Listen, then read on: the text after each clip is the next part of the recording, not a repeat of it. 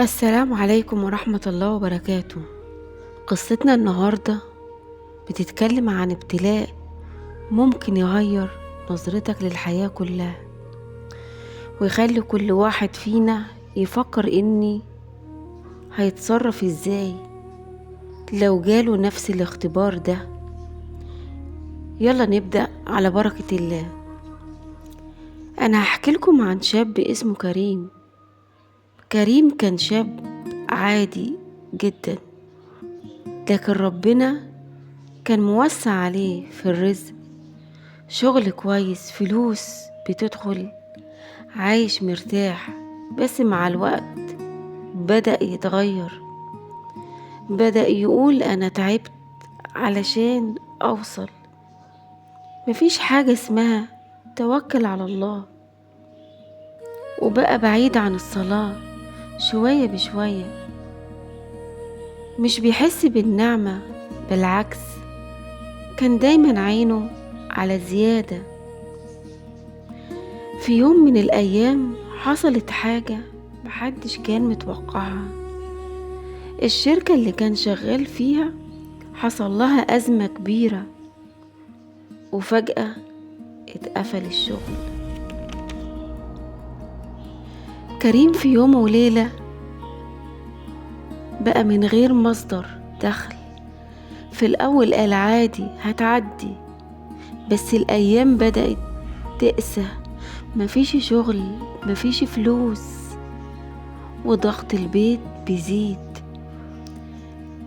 كريم دخل في حالة صعبة جدا، كان بيقعد لوحده كتير، حاسس انه اتسحب منه كل حاجة فجأة. وكان دايما يقول انا كنت فاكر الدنيا ثابتة، طلعت بتتقلب في ثانية.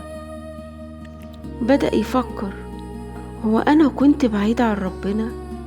ليه كنت معتمد على نفسي بس؟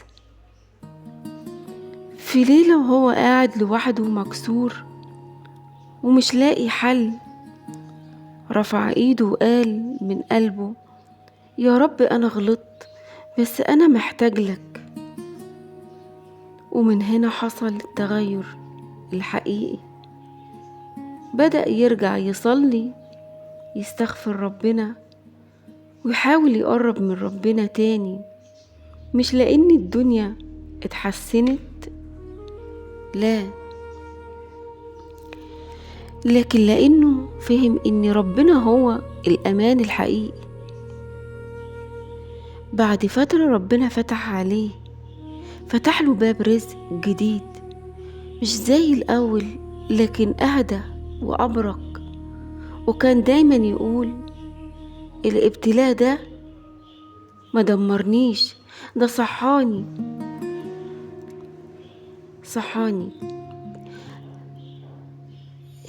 نهاية القصة دي مش عن كريم بس، دي عن أي حد فاكر إن النعمة دايما